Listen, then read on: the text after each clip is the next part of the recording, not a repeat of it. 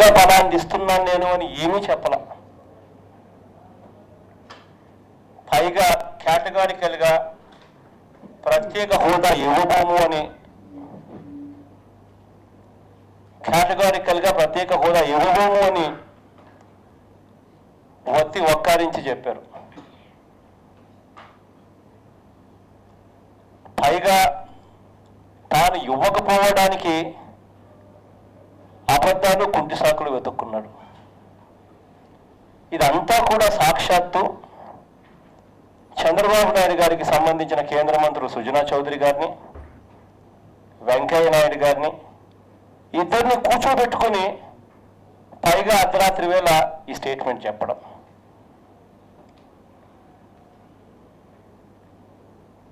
బాబు గారేమో అదే రోజు అర్ధరాత్రి దాటిన తర్వాత ఆయన ప్రెస్ మీట్ పెట్టి స్వాగతిస్తున్నాను అంటాడు. స్వాగతిస్తున్నాననే కాదు, ఇంకా ఏమంటాడు, కాదన్నప్పుడు ప్రత్యామ్నాయాన్ని వద్దనలేముగా, హోదాకు ధీటుగా ఇచ్చే సొమ్మును వద్దంటే ఎలా, ఏది తీసుకోకపోతే రాష్ట్రాభివృద్ధి ఎలా సాధ్యం అంటే చంద్రబాబు నాయుడు గారు కూడా మొట్టమొదటగా ప్రత్యేక హోదా వాళ్ళు ఇవ్వడం లేదు అని చెప్పి కేటగారికల్గా చెప్పినప్పుడు ముఖ్యమంత్రిగా ఉన్నోడు ఏం చేయాలి? కేంద్రానికి బుద్ధి వచ్చే విధంగా తన మంత్రులను ఉపసంహరించుకోవాలి, కేంద్రానికి బుద్ధి వచ్చే విధంగా పోరాటం చేయాలి.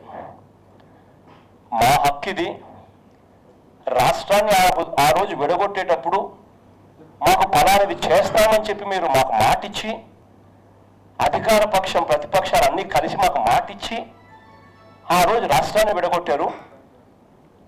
ఇవాళ కుంటి సాకులు ఎత్తుక్కొని పార్లమెంటు సాక్షిగా ఇచ్చిన మాటను మీరు ఇవ్వడం లేదు అని చెప్పి, ఇంత మొహమాటం లేకుండా మీరు ఎలా చెప్తారు అని చెప్పి నిలదీయాల్సింది పోయి, పోరాటం చేయాల్సింది పోయి, కేంద్రంలో ఉన్న తన మంత్రిని ఉపసంహరించుకోవాల్సింది పోయి, చంద్రబాబు నాయుడు గారు చేసింది ఏమిటి? అర్ధరాత్రి దాటిన తర్వాత వచ్చి స్వాగతిస్తాడా?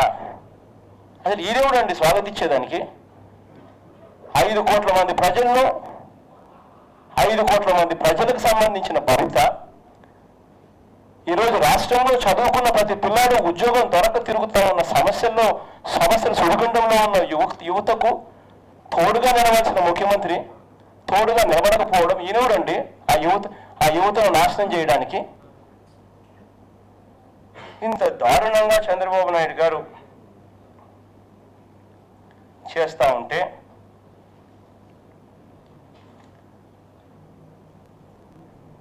ఎందుకు చంద్రబాబు నాయుడు గారు ప్రశ్నించలేకపోతా ఉన్నాడు? ఎందుకు చంద్రబాబు నాయుడు గారు నిలదీయలేకపోతా ఉన్నారు? కారణం, ఓటుకు కోట్ల కేసులో ఈ మధ్యకాలంలోనే మనం అంతా చూసాం. ఏసీబీ కోర్టు ఎప్పుడైతే ఈయన పాత్ర మీద విచారణ చేసి రిపోర్ట్ ఫైల్ చేయమని ఎప్పుడైతే ఆదేశాలు ఇచ్చిందో అప్పటి నుంచి డ్రామా స్టార్ట్ అయింది. వెంటనే చంద్రబాబు నాయుడు గారు కేంద్రంతో బెరసారాలు.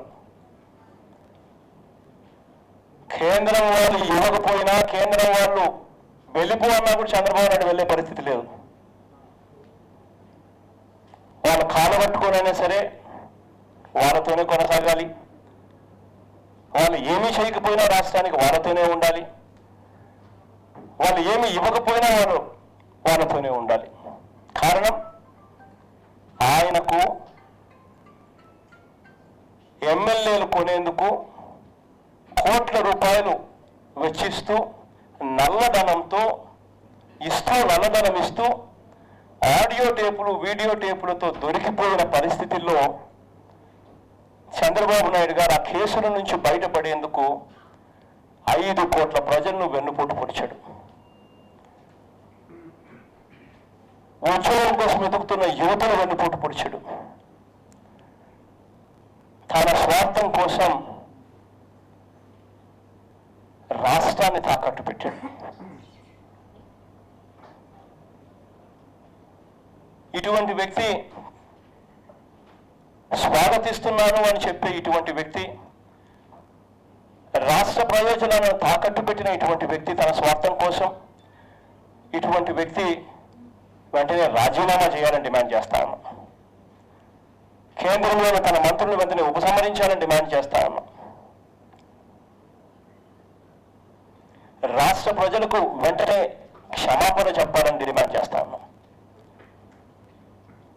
ఈ డిమాండ్లు చేస్తూ అసెంబ్లీలో చంద్రబాబు నాయుడు గారిని గట్టిగా నిలదీస్తూ ఉంటే కని విని ఎరగని పద్ధతిలో తెలుగుదేశం పార్టీ వారు స్పీకర్ గారు ఇద్దరు కలిసి చంద్రబాబు నాయుడు గారు స్టేట్మెంట్ ఇస్తారట అంటాడు. ఎన్నిసార్లు అండి స్టేట్మెంట్ ఇచ్చేది? నిన్న రాత్రి అరుణ్ జైట్లీ గారు స్టేట్మెంట్ ఇచ్చిన తర్వాత టీవీ ముందుకు వచ్చి అందరూ చూస్తూ ఉండగానే స్వాగతిస్తున్నానని చెప్పి స్టేట్మెంట్ ఇచ్చాడు. స్టేట్మెంట్ ఇచ్చిన దానికి మేము కోపంగా ఉండి నువ్వు రాజీనామా చేయాలని అడుగుతా ఉంటే, కోపంగా ఉండి నువ్వు క్షమాపణ చెప్పాలని అడుగుతా ఉంటే మళ్ళీ అసెంబ్లీలో స్పీకర్ గారు ఆయన చేత స్టేట్మెంట్ ఇప్పిస్తారట. దానికి తెలుగుదేశం సభ్యులు చప్పట్లు కొట్టాలట. ఎక్కడండి డెమోక్రసీ? నిజంగా తప్పు చేసినావు నువ్వు, రాష్ట్రానికి నష్టం జరుగుతూ ఉంది అన్న అంశం మీద చర్చ జరగాల్సింది పోయి ప్రతిపక్షం దగ్గర నుంచి రాష్ట్రానికి జరుగుతూ ఉన్న అన్యాయం మీద, అరుణ్ జైట్లీ గారు మాట్లాడిన మాటల మీద తప్పులు ఎన్నున్నాయని చెప్పి ప్రతిపక్షం చెప్తా ఉన్న మాటలను కూడా తీసుకుని అరుణ్ జైట్లీ గారిని ఈ మాటలు కూడా కలిపి అరుణ్ జైట్లీ గారికి గట్టిగా జ్ఞానోదయం అయ్యేట్టుగా చేయాల్సింది పోయి ప్రతిపక్షం చివరకు ప్రతిపక్షం చెప్పే విషయాలను వినే పరిస్థితి కూడా లేదు. మా వాళ్ళంతా 2 నిమిషాలు మైకి ఇవ్వండి అయ్యా, మా ప్రతిపక్ష నాయకుడు మాట్లాడతాడు వినండి అసలు మీరు అని అంటే వినిచ్చే పరిస్థితి లేదు.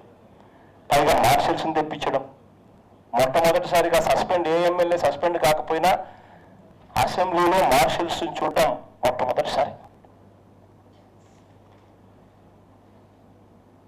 ఇంతకన్నా దారుణంగా చంద్రబాబు నాయుడు గారు స్పీకర్ పదవిని, స్పీకర్ తనకు నచ్చితే ఏ రకమైన వాడుకోగలుగుతాడు స్పీకర్ గారిని, తనకు నచ్చని వ్యక్తి ఎవరైనా స్పీకర్ స్థానంలో ఉంటే చంద్రబాబు నాయుడు గారు వాళ్ళను ఏ విధంగా అయినా కానీ హేళన చేయగలుగుతాడు.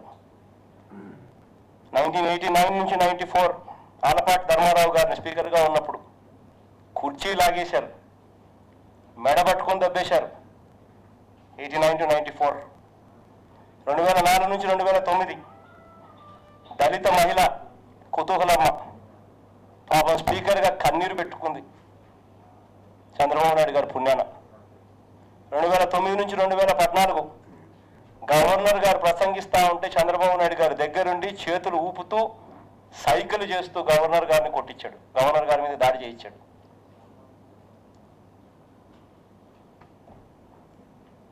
ఇక అరుణ్ జైట్లీ గారు నిన్న మాట్లాడిన మాటలకు, ఆయన చెప్పిన అబద్ధాలకు పాయింట్ బై పాయింట్ క్లారిటీ ఇస్తా. చంద్రబాబు నాయుడు గారు కనీసం అసెంబ్లీలో వినే ఓపిక ఆయనకు ఎట్టాగూ లేదు. ప్రత్యేక హోదా అంటే ఆయనకు బహుశా తెలిసినా కూడా తెలియని పరిస్థితిలేకైనా, తెలిసినా కూడా తెలియనట్టుగా నటించే పరిస్థితిలేక ఆయన వెళ్ళిపోయాడు. కనీసం ఇప్పటికైనా కూడా ఆయన తెలుసుకోకపోయినా మిగిలిన శాసనసభ్యులు, మంత్రులు, మిగిలిన వారంతా కూడా ఇప్పుడు నేను చెప్పే మాటలు వినమని చెప్పి కోరుతా ఉన్నా. కనీసం అప్పటికైనా అసలు ప్రత్యేక హోదా అంటే ఏమిటి, ప్రత్యేక హోదా అన్న అంశం మీద అరుణ్ జైట్లీ గారు చెప్పిన అంశాలు ఏ రకంగా సత్యదూరంగా ఉన్నాయి అన్న విషయాలు కూడా తెలుస్తాయి.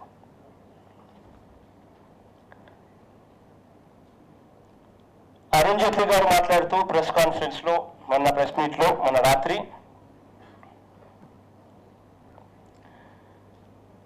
రాష్ట్రంలో ఐఐటీసు, రాష్ట్రంలో ఐఐఎం, రాష్ట్రంలో సెంట్రల్ యూనివర్సిటీ, రాష్ట్రంలో ఎన్ఐటి, రాష్ట్రంలో ఒక ఎయిమ్స్, ఇవన్నీ మేము ఇస్తా ఉన్నాం. మీ కొత్త రాష్ట్రానికి మేము ఎంతో మేలు చేశాము అన్నట్టుగా చెప్పొస్తున్నారు అంటూ చెప్పుకొచ్చారు. నేను అడుగుతా ఉన్నది ఒకటే, ఏమయ్యా మా రాష్ట్రానికి మీరు ఏదైనా ఫేవర్ చేస్తా ఉన్నారా అని అడుగుతా ఉన్నా.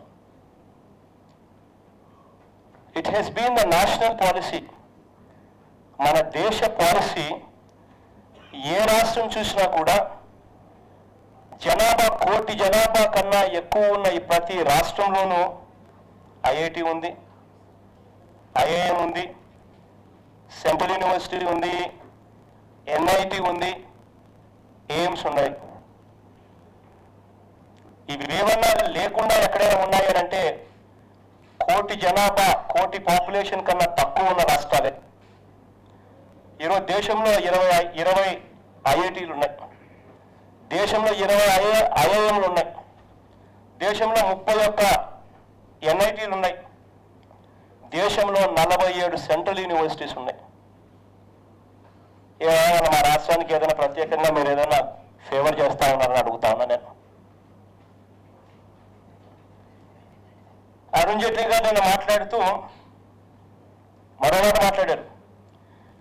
Cabinet Committee on Economic Affairs has given in principle approval for the establishment of a major port at Duggarajapatnam in Andhra Pradesh on a PPP basis subject to feasibility అంట. ఏమైనా ఫేవర్ చేస్తానా అంట. Feasibility అంట. Feasibility కనుక ఉంటే అది కూడా పీపీపీపీ అంటే పీపీపీ అంటే దాని అర్థం ప్రైవేట్ పబ్లిక్ పార్ట్నర్షిప్, అంటే ప్రైవేట్ ఓనికి ఇచ్చే పోర్ట్, ప్రైవేట్ ఓనికి ఇచ్చేదానికి అందులోని ఫీజిబిలిటీ ఉంటే ఈయన మేలు చేసేది ఏంటంటాడా?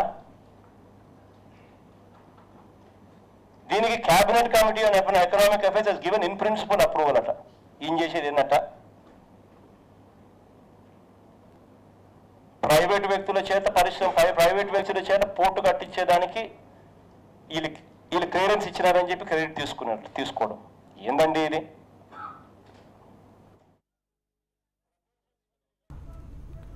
అసెంబ్లీ కమిటీ హాల్లో వైఎస్ జగన్ మీట్ ని ఇప్పుడు వరకు చూసాయి.